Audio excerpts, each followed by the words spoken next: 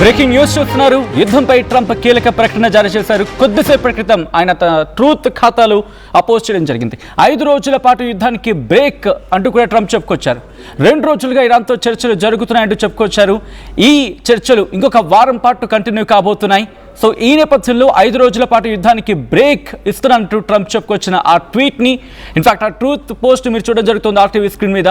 Iran విద్యుత్ కేంద్రాలు, energy facilities మీద జరపాల్సిన అన్ని సైనిక దాడులు 5 రోజుల పాటు వాయిదా వేస్తున్నట్టు చెప్పుకొచ్చాడు ట్రంప్. ప్రస్తుతం జరుగుతున్న చర్చల విజయంపై, అంటే ప్రస్తుతం జరుగుతున్న డిస్కషన్స్ ఆ ప్రొడక్టివిటీపై బేస్ అయి ఉంటుంది.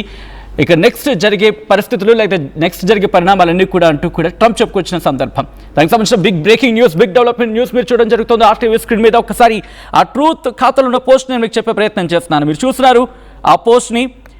I am pleased to report that the United States of America and the country of Iran have had over the last 2 days very good and productive conversations regarding a complete and total resolution of our hostilities in the Middle East based on the tone and tenor of these in-depth, detailed and constructive conversations which will continue throughout the week.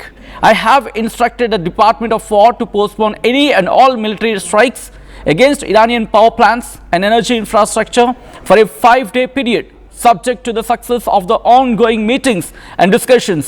అంటూ కూడా కీలకమైన development అని చెప్పుకోవాలి. ఎందుకంటే ఆ first few lines మీరు చూస్తే first 2-3 లైన్లు దాదాపుగా గత 2 రోజులుగా డిస్కషన్స్ జరుగుతున్నాయి అమెరికాకి ఇరాన్కి మధ్య. అది కూడా చాలా అద్భుతంగా, దాంతోపాటు ఒక ప్రొడక్టివ్ కాన్వర్సేషన్ జరిగింది. ఏకంగా ఒక టోటల్ రెజల్యూషన్ తీసుకువెళ్లే ప్రయత్నం చేసింది. ఇటు మధ్యప్రాచ్యంలో మిడిల్ ఈస్ట్లో ఉన్న ఆ హాస్టిలిటీస్ గురించి మాట్లాడుకునే సందర్భం అంటూ కూడా ట్రంప్ చెప్పుకొచ్చిన పరిస్థితి.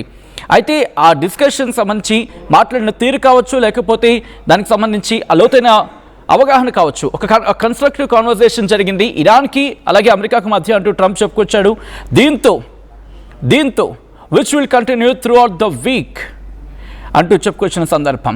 And have instructed the department of war to postpone any and all military strikes against Iranian power plants and energy infrastructure for a 5-day period. 5 రోజుల పాటు ఇరాన్కి సంబంధించి ఎనర్జీ సెక్టర్ మీద కావచ్చు, ఎనర్జీ ఇన్ఫ్రాస్ట్రక్చర్ మీద కానీ, లేకపోతే వాళ్ళ పవర్ ప్లాంట్స్ మీద కానీ దాడి చేయొద్దు, ఎటువంటి సైనిక దాడులకు పాల్పడొద్దు అంటూ కూడా తన డిపార్ట్మెంట్ ఆఫ్ వార్కి ఇన్స్ట్రక్ట్ చేసినట్టుగా ట్రంప్ చెప్పుకొచ్చాడు. 5 రోజుల పాటు వీటిని ఆపేయండి అంటూ కూడా డైరెక్షన్స్ ఇచ్చాడు, ఆదేశించాడు తన డిపార్ట్మెంట్ ఆఫ్ వార్కి అంటే అర్థం చేసుకోవచ్చు. దాంతోపాటు ఇంకా ఏమంటున్నాడు, subject to the success of the on going meetings and discussions అంటూ కూడా. అంటే ఇంకా డిస్కషన్స్ జరుగుతాయి, మరి ముఖ్యంగా వారం పాటు కంటిన్యూ కాబోతుందని చెప్పుకొచ్చిన సందర్భం. దీనికి సంబంధించి డీటెయిల్గా మాట్లాడుకునే ప్రయత్నం చేద్దాం. నా కొలీగ్ మనోజ్ జాయిన్ అవుతున్నారు అప్డేట్స్ అందించేందుకు. మనోజ్, ఎట్లా చూడాలి? ఎందుకంటే నిన్న మొన్న కూడా తాడోపేడ తేల్చేస్తారు 48 గంటల వార్నింగ్ ఇచ్చిన ట్రంప్ సడన్గా యూటర్న్ తీసుకుని వెనకాల కారణం ఏమైండొచ్చు? ఎందుకంటే 2 రోజులు అన్నాడు, బట్ ఆ 2 రోజుల నుంచి డిస్కషన్స్ జరుగుతుంది అంటూ కూడా చెప్పుకొచ్చాడు. ఇక్కడ ట్రంప్ భయపడ్డాడు అనుకోవాలా, లేకపోతే డిస్కషన్స్ ఒకవేళ ఇంకా ఫలించలేదు కాబట్టి వార్నింగ్ లెక్క ఇచ్చాడు అనుకోవాలా? ఎలా చూడాలి? ముందుగా ఆ ట్వీట్ని ఎక్స్ప్లెయిన్ చేసే ప్రయత్నం చేద్దాం, ఆ తర్వాత ఎలా చూడొచ్చు అనేది ఒకసారి చెప్పే ప్రయత్నం చేద్దాం. To report that the United States of America and the country of Iran have had over the last 2 days very good and productive conversations regarding a complete and total resolution of our hostilities in the Middle East. అంటే ఏం చెప్తున్నాడు? So Iran తో ఇక్కడ చర్చలు జరిగాయా? that the United States of America and Iran country of Iran have had over the last 2 weeks. So 2 రోజులుగా జరుగుతున్నటువంటి ఈ చర్చ అంటే మరి ఎవరితో చర్చించాడో తెలియదు, బట్ ఇక్కడ ఇరాన్ ప్రస్తావన వచ్చింది. So as we expected NATO దేశాలన్నీ కూడా ఏకమైపోయి డొనాల్డ్ ట్రంప్ ని హెచ్చరించాయి. సో డొనాల్డ్ ట్రంప్ ఏం చేశానంటే నాటో కంట్రీస్ అన్నింటినీ హెచ్చరించినట్టుగా పోర్ట్రే చేశాడు.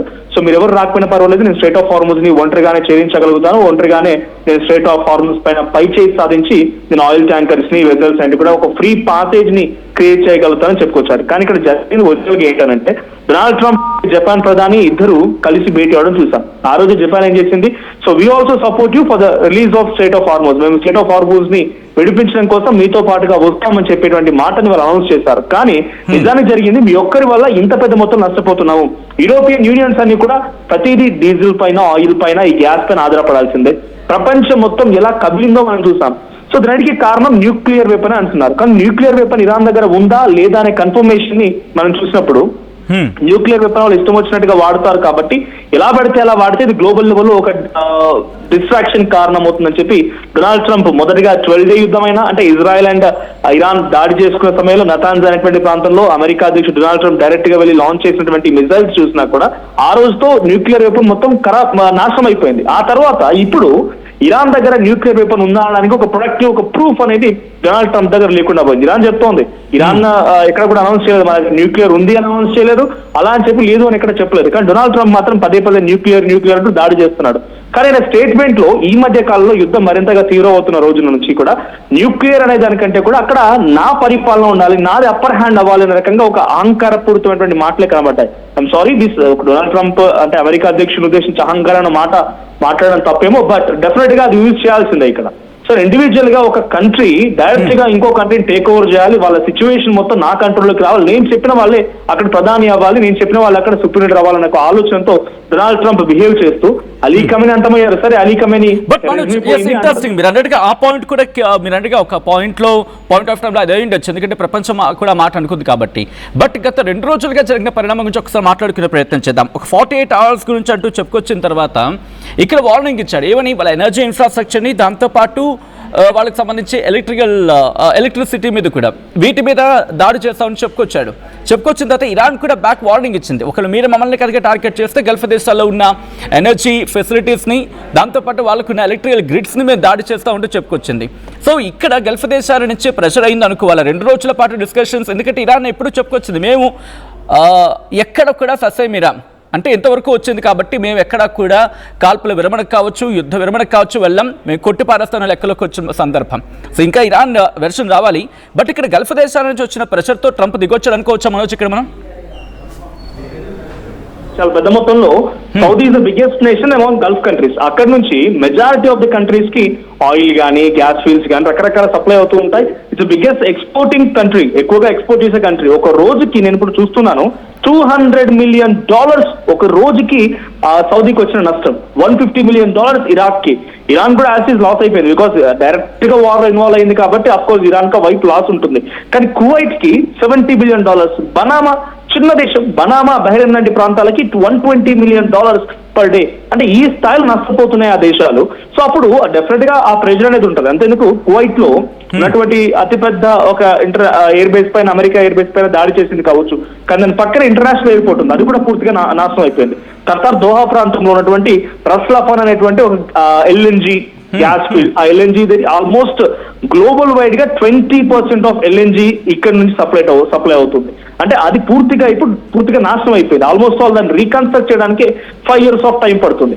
మీరు వెళ్ళి దాడి చేస్తున్నారు మనోజ్, ఎందుకంటే ఇక్కడ ఇదే ట్రంప్ ఏమన్నాడంటే ఈ ఎనర్జీ ఇన్ఫ్రాస్ట్రక్చర్ గురించి వచ్చినప్పుడు ఎనర్జీ ఎంత పడిపోయినా నాకు సంబంధం లేదు, ఎందుకంటే ఎవిల్ ఒక దెయ్యాన్ని, ఒక భూతాన్ని పూర్తిగా సర్వనాశనం చేయాలి, అదే నా లక్ష్యం, ఎనర్జీ రేట్లు ఎంతవరకు వెళ్ళిపోయినా పర్వాలేదని చెప్పి అర్థం వచ్చేలా I think the second week అనుకుంటా ఆయన ఇచ్చిన స్టేట్మెంట్ అది. సో ఇప్పుడు ఎనర్జీ గురించి భయపడిచ్చాడు అనుకోవచ్చా, లేకపోతే మరీ ముఖ్యంగా తన పని అయిపోయింది అంటే ఎక్కడ ఒక రూట్ దొరకలేదు, ఇంతవరకు క్లారిటీ దొరకలేదు కాబట్టి ఇప్పుడు ఒక క్లారిటీ వచ్చే ప్రయత్నం జరిగింది, కాస్త ఎక్కువ అయ్యే అవకాశం ఉంది, తన నెత్తి మీద ఇంకా ఎక్కువ అవుతుందని చెప్పి ఒక భయపడిన వాతావరణంలో వెనక్కి తగ్గాడు అనుకోవాలి ఇక్కడ? ఇప్పుడు 2 points వచ్చిన ఇక్కడ అర్థం చేసుకోవాల్సింది. ఒకటి, ఫస్ట్ థింగ్ ఏంటంటే డైరెక్ట్ గా డొనాల్డ్ ట్రంప్ ఎనర్జీ సెక్టార్స్ పైన దాడి చేయను, 5 days post phone, 5 day of period అని చెప్పి ఆయన మెన్షన్ చేసినప్పుడు ఇక్కడ ఎనర్జీ సెక్టార్స్ పైన దాడి చేయకపోవడం గల ప్రధాన కారణం ఒకటి ఏంటంటే నెతన్యాహు ఆల్రెడీ ఆయన కూడా పోస్ట్ చేసినట్టుగా ఇరానియన్ వార్తా కథలో వచ్చేట్టు మనం ఒక వార్త కూడా చెప్తాం. సో నెతన్యాహు డైరెక్ట్ గా without any information to Donald Trump direct గా వెళ్ళిపోయిన సౌత్ పార్స్ అనేటువంటి ఆ గ్యాస్ ఫీల్డ్ పైన దాడి చేశాడు సౌతర్న్ పార్ట్ ఆఫ్ ఇరాన్ లో. సో ఆ సౌత్ పార్స్ ఆల్మోస్ట్ గా 70% కొలాప్స్ అయిపోయింది. సో ఇరాన్ దానిపైన చాలా పెద్ద మొత్తంలో బేస్ అయి ఉంటుంది ఆ గ్యాస్ ఫీల్డ్స్ పైన. దానికి రిటిలియేషన్ లో భాగంగా ఇరాన్ వైపు నుంచి రస్లఫ్ అనేటువంటి ప్రాంతంపై దాడి చేస్తే ఆల్మోస్ట్ 90% కొలాప్స్. అంటే బిగ్గెస్ట్ డిజాస్టర్ చవి చూసింది ఖతారే. సో ఖతార్ వైపు నుంచి ఎక్కువ అటాక్స్ ఉన్నాయి. సో అప్పుడు Donald Trump reaction towards Netanyahu ఏంటంటే నెతన్యాహు వితౌట్ ఇన్ఫర్మేషన్ అటాక్ చేయడం మూలంగా నువ్వు చేసింది చిన్నదైతే అటువైపు నుంచి పెద్ద రిటిలియేషన్ వచ్చింది. సో ఎనర్జీ సెక్టార్స్ వదిలిపెట్టు ఇప్పుడున్న పలంగా అంటే నెతన్యాహు దానికి అంగే యాక్సెప్ట్ చేసినట్టుగా ఓ వార్త చర్చనీయాంశంగా అయింది. ఇప్పుడు కూడా డైరెక్ట్ గా యుద్ధం నుంచి పూర్తిగా విరమణ చేస్తాను ఎక్కడ చెప్పలేదు, ఆయన క్లియర్ గా మెన్షన్ చేశాడు. I have instructed the department of war to postpone any and all military strikes against Iranian power plants and energy infrastructure for a 5-day period subject to the success of the ongoing meetings. కేవలం infrastructure పైన, energy infrastructure, because that's the base. Gulf countries కి వాళ్ళ energy base చాలా biggest weapon. వాళ్ళు financial గా ఉండాలన్నా, financial గా stable గా ఉండాలన్నా, ఆ స్థాయిలో ఇన్కమ్ రేజ్ అవ్వాలన్నా కూడా energy infrastructures and power plants. So వాటిపై డైరెక్ట్ అటాక్. ఒక్కసారి మీరు లైన్ లో ఉండే ప్రయత్నం చేయండి. మనతో పాటు అంతర్జాతీయ వ్యవహారాల విశ్లేషకులు కోటేశ్వరరావు మనతో పాటు జాయిన్ అవుతున్నారు. ఒకసారి కోటేశ్వర గారికి వెళ్ళే ప్రయత్నం చేస్తున్నాను. కోటేశ్వర గారు నమస్తే అండి. సార్, నా మాట వినిపిస్తుందా అండి?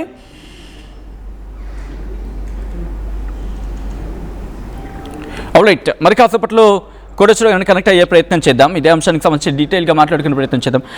కోటేశ్వర గారు నమస్తే అండి. నమస్తే కోటేశ్వర గారు, ఏంటి సడన్ డెసిషన్? 2 రోజుల క్రిందటేమో 48 hours వార్నింగ్ ఇచ్చాడు, ఆ తర్వాత ఇరాన్ కౌంటర్ ఇచ్చింది. ఇప్పుడేమో సడన్గా కట్ చేస్తే 5 days ఎటువంటి యుద్ధము లేదు అనే రకంలో మాట్లాడుతున్నాడు. ఇది వన్ సైడ్గా ట్రంప్ తీసుకున్న స్టేట్మెంట్ అనుకోవాలా, లేకపోతే ఇరాన్ కూడా ఈ డిస్కషన్లో పాల్పంచుకుంది అనుకోవచ్చా? ఈ పరిణామం వెనకాల 2 వైఖరులు కనిపిస్తున్నాయి. ఒకటి, ఒక 5 రోజులు అంటే సమయం తీసుకొని తిరిగి ఉధృతంగా దాడులు చేయడానికి కూడా ఒక ఎత్తుగడగా కావచ్చు. రెండవది, గత కొద్ది రోజులుగా మొత్తం అమెరికా మీడియాలోనూ లేదా అంతర్జాతీయంగా లేదా ఇరాన్ నుంచి ఎదురవుతున్నటువంటి ప్రతిఘటనతోటి ఏ క్షణంలో అయినా ఏదో ఒక పేరుతోటి గౌరవప్రదంగా వెనక్కు తగ్గడానికి, ట్రంప్ వెనక్కి తగ్గడానికి అవకాశాలు ఉన్నాయనేటువంటి వార్తలు వచ్చినటువంటి నేపథ్యాన్ని కూడా మనం తక్కువ అంచనా వేయడానికి వీల్లేదు. ఎందుకు అంటే ఈ 48 గంటల అల్టిమేటం అనేటువంటిది అయిపోయింది, గడువు అయిపోయిన తర్వాత ఒకవేళ ట్రంప్ చెప్పినట్టుగా విద్యుత్ కేంద్రాలు లేదా ఇతర మౌలిక సదుపాయాల మీద కనుక దాడులు చేస్తే సో హార్ముజ్ జలసంధిలో ఉన్నటువంటి సీ మైన్స్ ని మేము పేల్చివేస్తాము అనేటువంటిది ఇరాన్ చేసినటువంటి ఒక హెచ్చరిక. అదే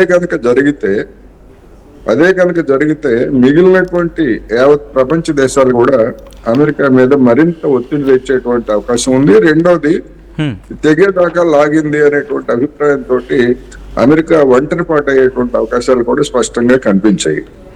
అందుకని ఒక 5 రోజులు అనేటువంటి పేరుతోటి వెనక్కి తగ్గినట్టుగా కనిపిస్తా ఉంది.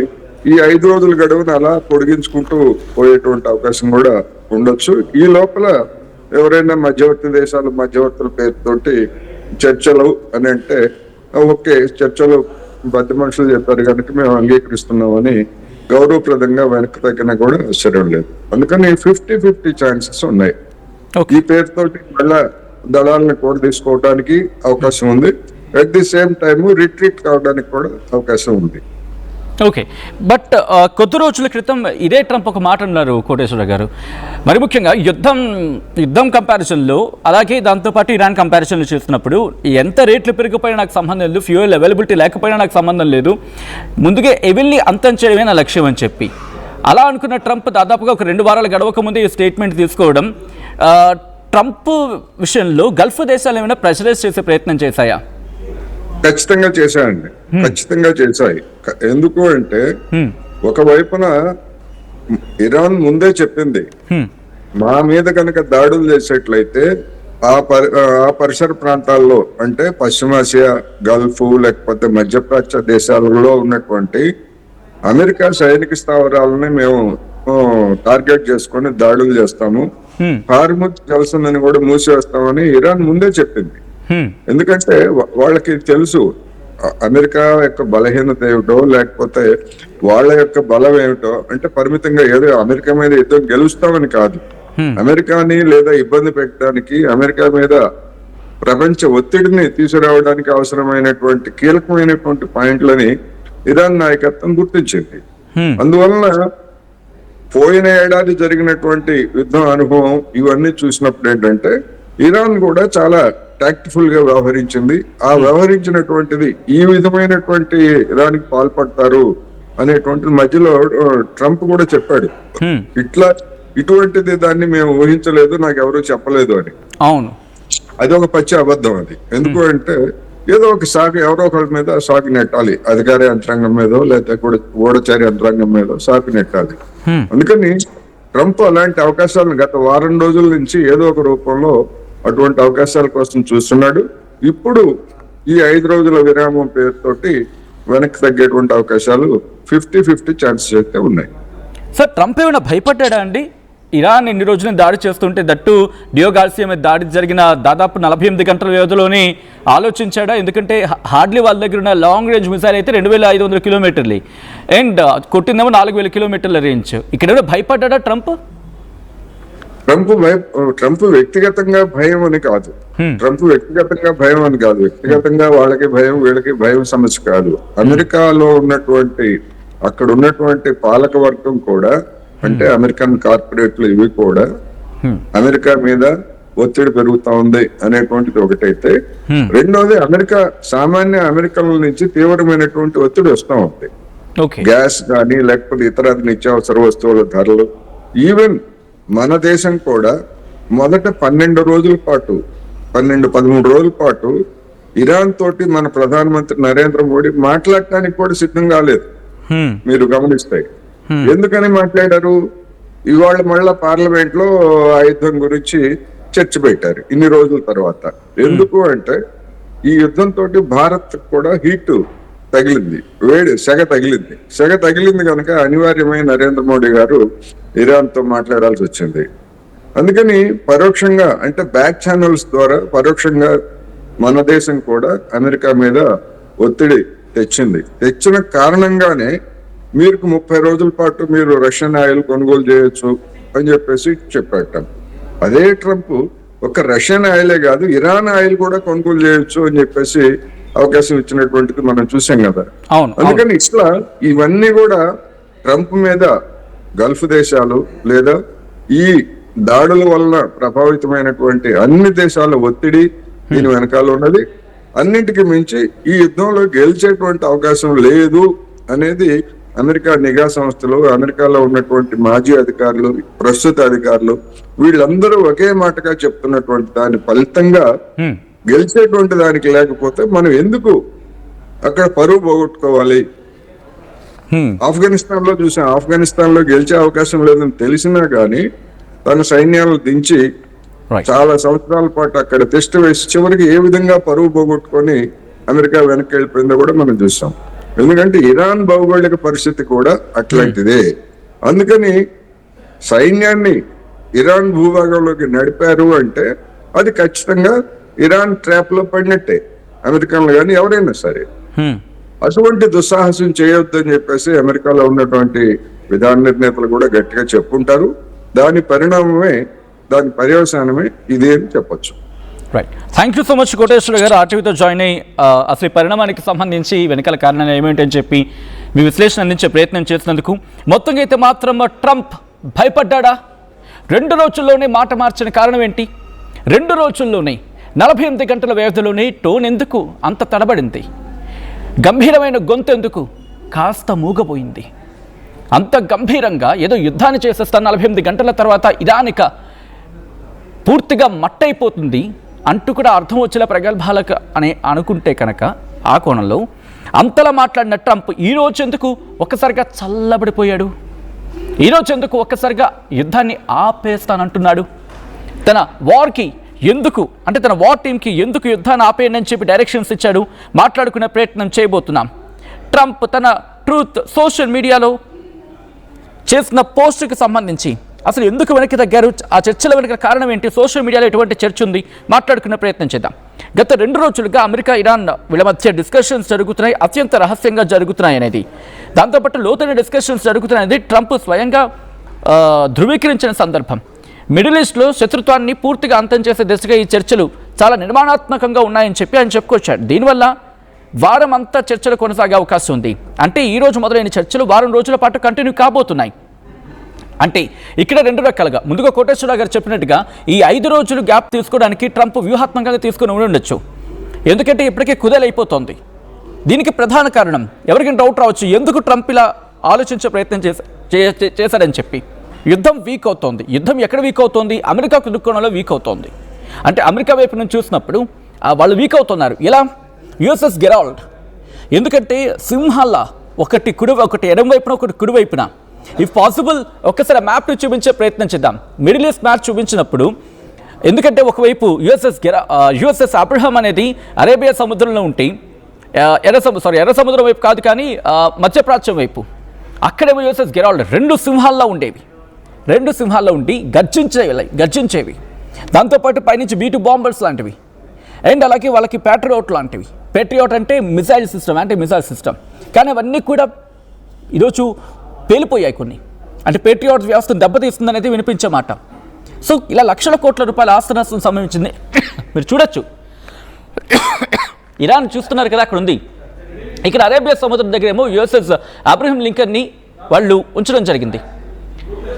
అక్కడేమో యుఎస్ఎస్ గెరాల్డ్. ఇప్పుడు గెరాల్డ్ కాస్త రిపేర్ వచ్చిందని చెప్పి పంపించిన దాని ప్లేస్లో ఇంకొక దాన్ని తీసుకొచ్చి అక్కడ పెట్టారు, పాత తరం యుద్ధ నౌకని. ఇప్పుడు వీటి వల్ల కావటం లేదని ట్రంప్కి అర్థమైంది. దాంతోపాటు రోజుకి F-15, F-35 ఫైటర్ జెట్స్ని కోల్పోతోంది.